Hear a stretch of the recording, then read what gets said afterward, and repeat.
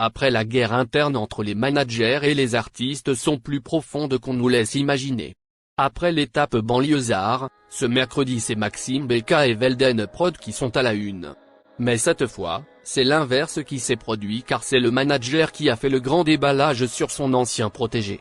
Les nombreuses raisons de leur séparation, en croire ses dires, l'auteur du tube, Jam Tom, aurait fait fuiter les informations sur sa dernière crise et aurait annoncé sa propre mort avec l'intention de détourner l'opinion publique sur la belle réalisation, Pull Off, du rappeur Striker.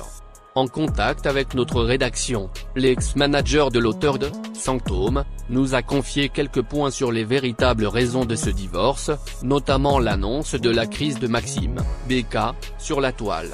C'est lui Maxime en personne qui a écrit pour annoncer sa mort pour stopper le projet de Striker Pull Off pour créer le buzz des accusations assez graves qui en dit long sur les coups bas qui minent l'arène du rap guinéen.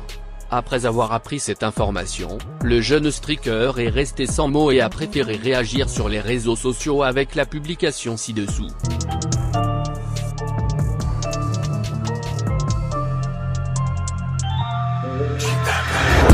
Une information qui a fait l'effet d'une bombe qui vient de retentir dans la sphère du rap guinéen ce mardi 27 octobre. C'est avec une surprise générale que les internautes ont découvert les propos de Velden So, ancien producteur du rappeur Maxime Beka qui accuse ce dernier d'avoir manigancé et simulé sa propre mort dans le but de stopper l'ascension du clip Pull Off, Striker Ils m'ont sacrifié pour stopper ton projet Pull Off en montant Infobuzz, je viendrai m'expliquer et démontrer au monde entier que c'est Maxime lui-même qui a écrit qu'il est mort. Conakry j'arrive a-t-il révélé.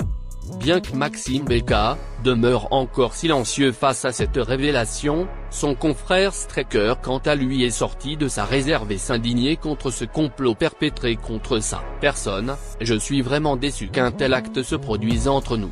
Moi qui avais tant d'estime pour vous.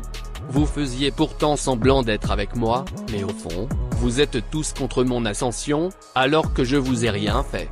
On m'a toujours dit que la réussite crée des ennemis, je le prenais à la légère, mais j'ai compris maintenant. Vous êtes allé jusqu'au dernier degré jusqu'à simuler la mort parce que vous n'avez aucun moyen pour m'arrêter. Vous êtes tous décevants, vous êtes à vomir. J'ai même des audios très flagrants. Pull Off, c'est Dieu qui a fait monter ce projet.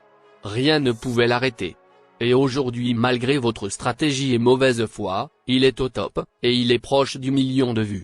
Rien ne peut arrêter Ibrahima Soriba. Plus d'amitié dans ce rap d'hypocrite. S'est exclamé Striker sur les réseaux sociaux.